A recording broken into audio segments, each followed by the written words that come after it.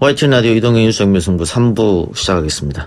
법정 서유기 서기호 변호사 신윤진 변호사 나왔습니다. 어서 오십시오. 안녕하세요. 윤석열 신임 검찰총장으로서 첫 번째 지시는 서울중앙지검에 특별 공판팀을 설치하자라는 것이었는데 이 특별 공판팀이 뭡니까? 예, 원래 이제 공판 검사가 따로 있습니다. 예. 수사 검사가 따로 있고 공판 검사 따로 있고. 예. 수사 검사가 공판을 맡지를 않아요, 일반적으로는. 그런데 이런 중요한 사건들은 수사 검사가 공판을 직접 맡기도 했고 지금도 그렇게 하는 걸로 알고 있는데 그거보다 더 강화시키겠다는 취지죠. 말 그대로 특별한 예. 공판팀을 꾸리다. 예, 어벤져스 팀을 꾸리겠다 이런 거죠. 예. 이거 설치하자라고 이야기한 그 취지는 어디에 있다고 보십니까? 공소 유지를 제대로 해서 확실하게 이 양승태 피고인을 엄벌에 처하도록 하자 이런 취지인데 예. 지금 지금까지 이제 재판의 진행 과정을 보면 예. 공판 검사들이 좀 밀린다. 이런 평을 좀 듣고 있습니다. 실제로. 제가 아는 어떤 분이 재판에 가서 봤는데 어떤 변호사님인데 실제로 조금 밀리더라. 이렇게 논리에서. 그렇다고 해서 뭐 아주 핵심적으로 중요한 부분에서 예. 밀려가지고 무죄 나올 가능성이 있다든가 뭐 이 정도는 아닌데 예.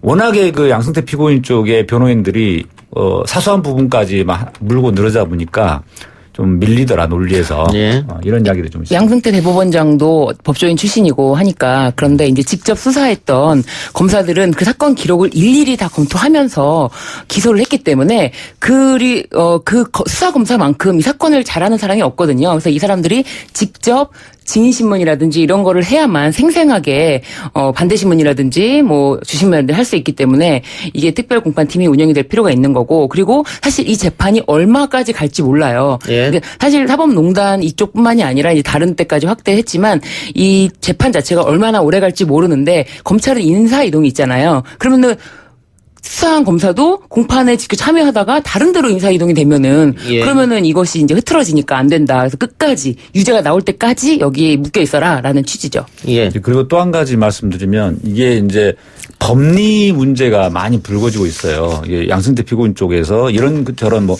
USB 증거 능력이나 뭐 이런 여러 가지 법리적인 문제들을 제기하다 보니까 이 부분을 좀 보강하기 위한 측면도 좀 있습니다. 예. 두 분은 어떻습니까? 특별 공판팀 설치 잘하는 일이라고 보십니까? 저는 뭐 아주 잘하셨다. 예. 안 그래도 지금 우려가 제기되고 있었던 상황이었거든요. 예. 그리고 지금 임종원 전 법원 행정처장도 지금 기피 신청을 했는데 법원이 받아들이지 않자 뭐 항고까지 해서 지금 재판이 멈춰 있고요. 양승태 전 대법원장도 뭐 재판 나와서 뭐 법률가가 쓴 문서라기보다는 뭐 미흡한 소설가들이 쓴 것 같다. 한편의 소설 같다. 이런 식으로 이제 조롱하듯이 얘기를 했는데 이런 사람들을 대적하기 위해서 어벤져스 팀을 꾸린 거는 매우 잘했다고 생각합니다. 그러면 사법농단, 가습기 살균제, 삼성 바이오로직스 분식회계 사건 이런 큼직한 사건들을 특별공판팀에서 맡을 가능성이 높다 이렇게 보면 되겠네요. 네네. 이거는 이제 윤석열 검찰총장이 지금 발표된 거는 뭐 오늘 이렇게 발표가 됐지만 뭐 26일부터 이런 검찰청의 인사이동이 있다는 얘기가 나왔고요. 그래서 이게 다만 사법농단뿐만이 아니라 지금 말씀하신 것처럼 가습기 살균제라든지 삼성 바이오로직스 이런 굵직굵직한 사건들은 끝까지 유죄가 나올 때까지 담당해서 맡는다라는 취지죠. 예. 네. 한편 오늘 윤석열 총장의 후임으로 배성범 중앙지검장이 취임했다고 하는데요.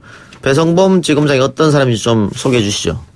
배성범 지검장은요, 경남 창원 출신인데, 신임 윤석열 검찰총장과 사법연수원 동기시고요. 예. 두 사람 매우 가까운 사이로 알려져 있는데, 직전까지 광주에서 지검장을 맡고 있었는데, 지방검찰청 검사장급에서 곧바로 서울중앙지검장에 임명되는 경우는 뭐 이례적이죠.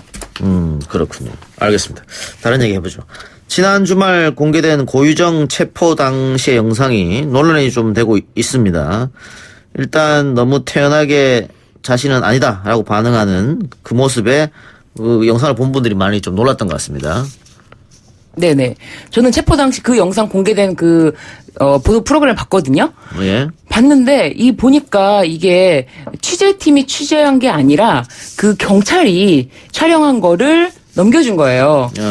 그렇기 때문에 경찰이 그거를 넘겨주는데 과연 지금 경찰에서 어떤 수사 사건에 대해서 공표를 할 때는 경찰청 수사 공보 규칙이라는 게 있는데 그거를 지켰느냐, 요게 좀 문제가 된다라는 점이 있죠. 예. 그러니까 취재 기자들이 찍은 게 아니고 경찰이 찍은 건데 이게 어떻게 밖으로 유출되느냐 이 문제죠. 네네.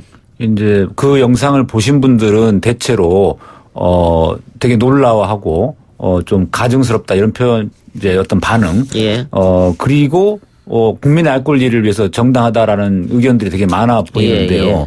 문제는 방금 말씀하신 것처럼 그게 언론에서 취재하다가 이렇게 찍힌 영상이라 모르겠는데 경찰이 그것을 유출했다는 게 문제인 겁니다. 예. 지금 그 부분에 대해서는 이제 논란이 좀 일어나고 있는 거죠. 예. 어쨌든 경찰청 훈령을 어겼다 이런 논란인 것 같아요.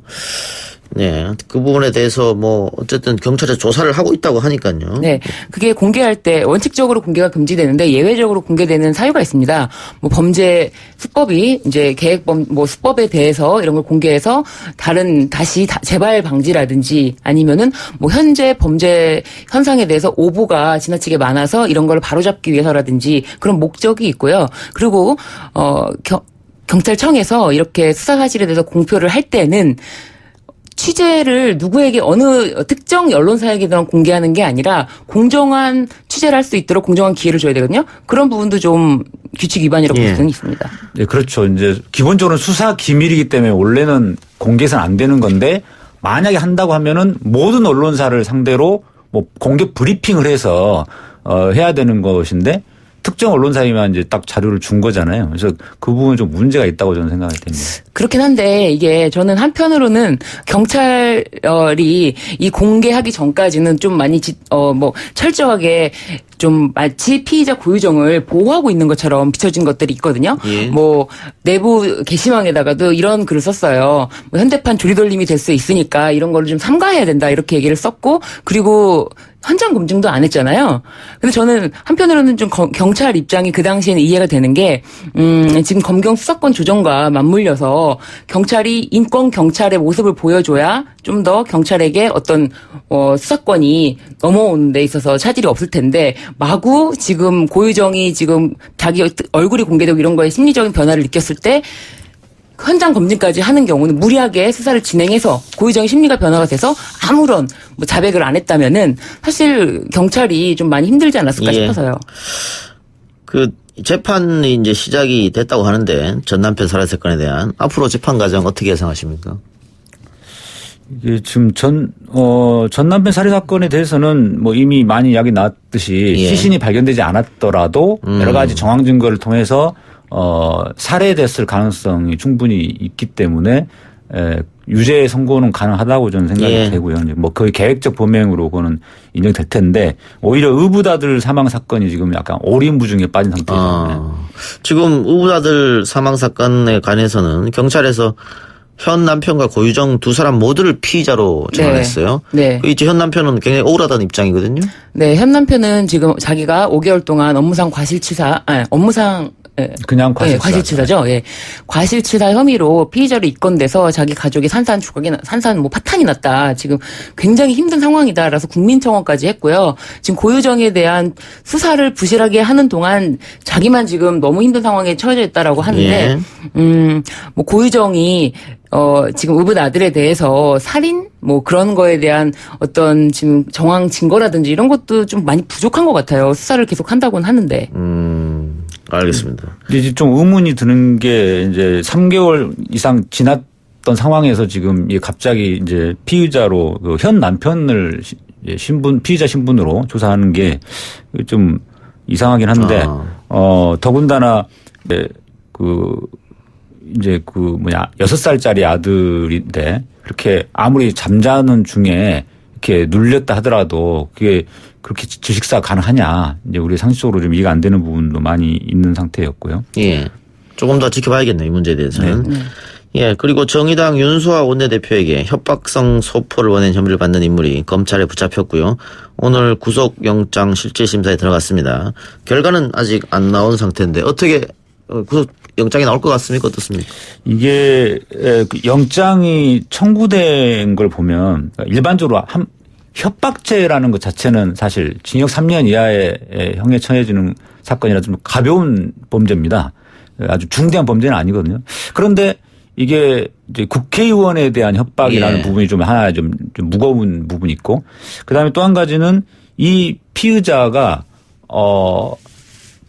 이 소포를 보내는 방식이 뭐 강북에서 어디죠? 관악구 쪽으로 이동을 네. 해가지고 좀 치밀하게 좀 준비했다. 뭐 이런 예. 측면이 이제 두 가지가 있고, 마지막으로는 묵비권 행사인데, 이게 이제 많은 분들이 묵비권이라는 걸 행사하면은 그 자체를 가지고 가중처벌 한다거나 그것을 불리하게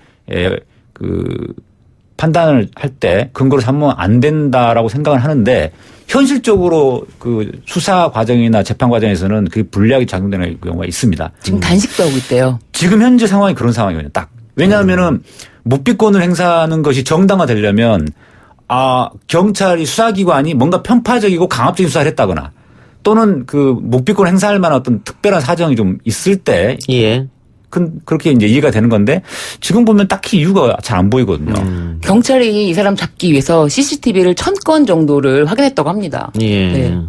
그래서 본인이 이게 자기가 한 게 아니라면은 아니라고 진술을 해서 주장을 하고 그래야 되는데, 묵비권 행사하는 게 오히려 좀 이상한 상황인 거죠. 그렇죠. 예. 그렇기 때문에 영장까지 청구된 것이고, 그랬을 때 구속영장이 발부될 가능성도 충분히 있다. 도주 우려, 도주 우려가 굉장히 예. 높다고 보여져요. 예. 지금 뭐 자신에 대해서 무고하다고 하는데, 경찰이 1000여 건의 CCTV를 다 확인해 본 결과 이 사람이 맞고, 이 사람이 굉장히 계획적으로 무려 이제 관악구 편의점에 소포를 붙이고 나서 자신의 집으로 돌아가는 데까지 무려 4시간이 걸렸대요. 왜냐하면 버스를 갈아타고 택시를 타고 또 반대 방향으로 가고 막 이런 식으로 하면서 굉장히 치밀하게 자신이 걸리지 않으려고. 그리고 무엇보다 또 이 사람이 자신이 속한 단체가 대진연이라고 하는데, 이 단체를 명칭을 사용한 것이 아니라 엉뚱한 명칭을 사용하면서 이렇게 굉장히 경찰에게 수사 혼선을 주기 위해서 이렇게 했다는 자체가, 이 사람은 도주 우려가 좀 높다고 보여져서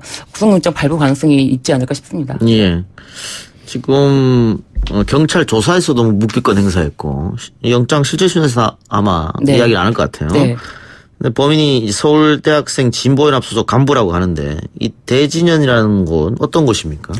이 대진연이라는 게 뭐 저도 좀 찾아봤는데, 이거를 정확하게 막 다 알 수는 없고, 이 사람들은 페이스북 뭐 홈페이지라든지 이런 게 있어요. 그리고 유튜브 방송도 실제로 하고 있는데, 말 그대로 이제 대학생 진보단체 연합을 표방을 하고 있는데, 뭐 지난해 김정은 위원장 뭐 서울 방문을 환영한다면서 뭐 기자회견을 열었던 백두칭송위원회도 뭐 역시 이 연합회 소속 단체라고 합니다. 그리고 뭐 김정은 위원장 연구 모임을 만들고 김정은 위원장 환영 현수막을 걸고 행사를 열기도 했고요. 김 위원장의 뭐 파격적인 발걸음을 내딛는다고 막 칭송하는 친북 성향의 단체로 알려져 있습니다. 예. 그 진보 단체로 보이는데 어쨌든 네. 왜 진보 정당인 정의당의 윤소아 원내대표에게 이런 행동을 했을까? 그게 참 이해가 잘 안 되는 건데요. 예. 저도 좀 궁금합니다. 이게 이제 그 본인이 이제 입을 안 열고 얘기를 안 본인은 하니까. 또 아니라고 이야기하니까 예. 알 수가 없는데, 지금 지금 이런 일이 벌어졌는데 저도 참 이해가 안 속보가 돼요. 나왔네요. 예. 아. 구속됐네. 아, 예. 네네네. 저희가 맞췄네요. 또. 예. 직전에 맞췄네요. 도주 우려가 높아요. 근데 이게 신유진 변호사님하고 좀 의견 차이가 좀 나야지 이렇게 좀 이렇게 논쟁이 되는데, 거의 비슷하게 맞추는 경우가 많았어. 예, 아무튼 구속이 됐는데, 네. 그 협박 편지 마지막에 보면 뭐 태극기 어쩌고저쩌고 이렇게 자결단. 했거든요. 네. 예. 네. 그러니까 이게 그 구구 보수단체가 보낸 것처럼 그쵸. 보이게 만들었단 약간 말이에요. 네. 위장한 측면도 있죠. 네. 네. 자신의 신분이 철저히 노출되지 않게 하면서, 이제 그 윤소아 의원으로 하여금 어떤 불특정, 진짜 어떤 단체에서 마치 협박을 하는 것처럼 위협을 가했기 때문에 이거는 굉장히 중요하다고. 그리고 저는 그 죽은 새를 동봉한 게 너무 끔찍하더라고요. 저는 되게 그러니까요. 엽기적이잖아요. 네. 죽은 새를 동봉한. 그다음에 현역 국회의원에게 그런 걸 보낸다는 거는, 그거는 우리가 자유한국당 의원에게도 그렇게 하면 안 되는 겁니다. 네. 예. 그렇죠. 그 대진연 측은 이번 사건에 대해서 어떤 입장입니까? 뭐 대진현 측은 진보 세력을 분열시키기 위한 경찰의 조작이다. 뭐 극렬 테러 단체 이미지를 덧씌우려고 몰아세우는 경찰의 치졸한 공작이다라고 하고 있는데, 그러면 지금 구속까지 됐지만 그 CCTV 증거라는 게 있는데 이렇게 그냥 무조건 피켓팅하고 있는 게 저는 좀 이해가 안 가더라고요. 뭐 지금이 7, 80년대 군사정부도 아니고 그렇죠. 이거를 경찰이 조작할 이유가 있을까요? 그렇죠. 예, 바로 그죠. 예. 예. 7, 80년대 군사정권 하에서는 이런 것들이 통했는데 예. 예, 그래서 그때는 묵비권 행사하는 게 굉장히 효과적인 어떤 피의자의 권리였거든요. 예. 근데 지금은 상황이 다르다는 거예요. 예. 그럼 그 많은 CCTV 또 다 조작해야 되는데. 천여권을 조작을 해야 되는데. 예. 이거는 조작이라고 하는 거는 글쎄요. 네. 좀 맞지 않는 것 같은데. 네. 어쨌든 조작이고 치졸한 공작이다 이렇게 얘기하고 네. 있는 모양이죠. 네. 알겠습니다. 자, 케이블 음악 채널 엠넷의 프로듀스 101. 네네. 101로 하면 안 된다고요? 101으로. 아, 네. 지금은 프로듀스 X입니다. 아, 그래요? 네네. 맞죠? 어쨌든 네네. 네.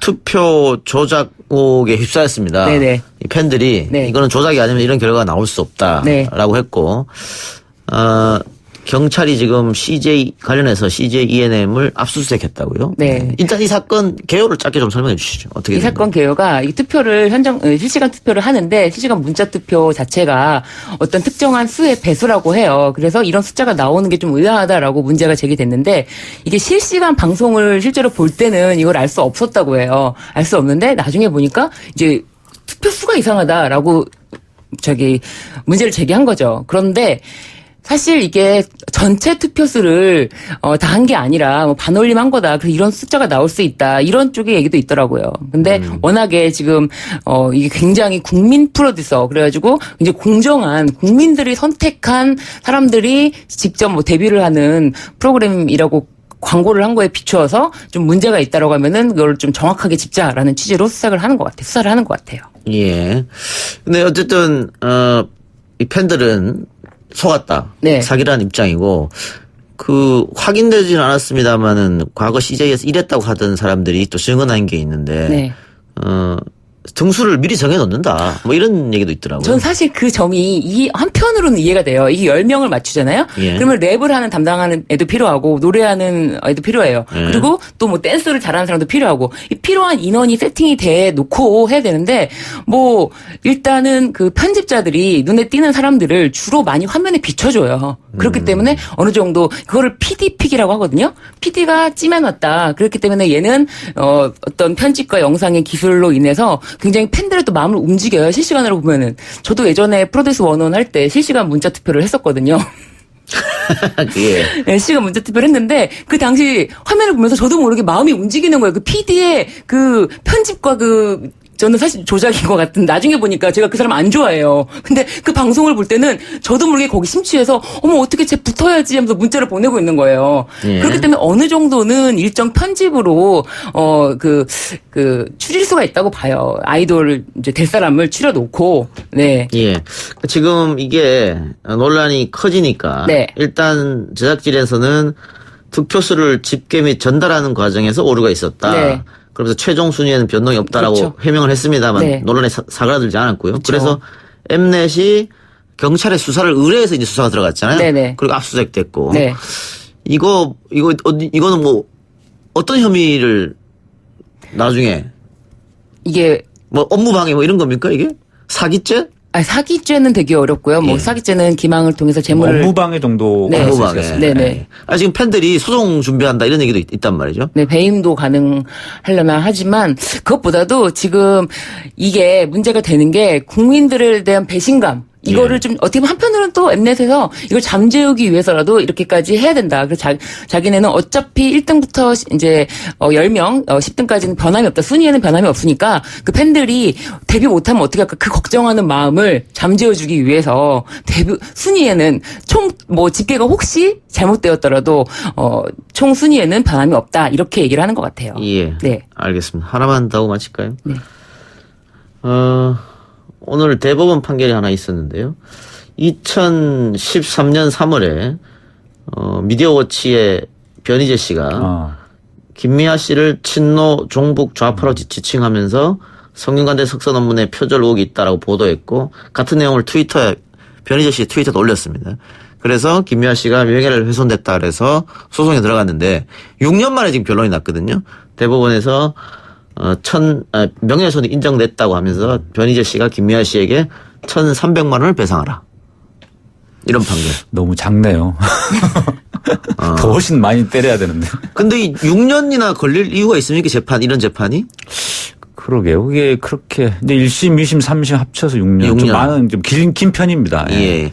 그런데 우리 아까 지금 뭐 조금 금액이 작다라고 말씀하셨는데 우리나라가 원래 이렇게 손배소 금액은 많이 예, 인정하지 그게 않잖아요. 사실 굉장히 문제인데요. 예. 우리나라 법원에서 그 손해배상 액수가 좀 너무 작아요. 명예훼손 같은 거 특히 뭐 되게 뭐 500만 원 전후로 많이 해봐야 1000만 원 정도인데 어떤 좀 너무 작다고 생각이 됩니다. 저는 사실. 예.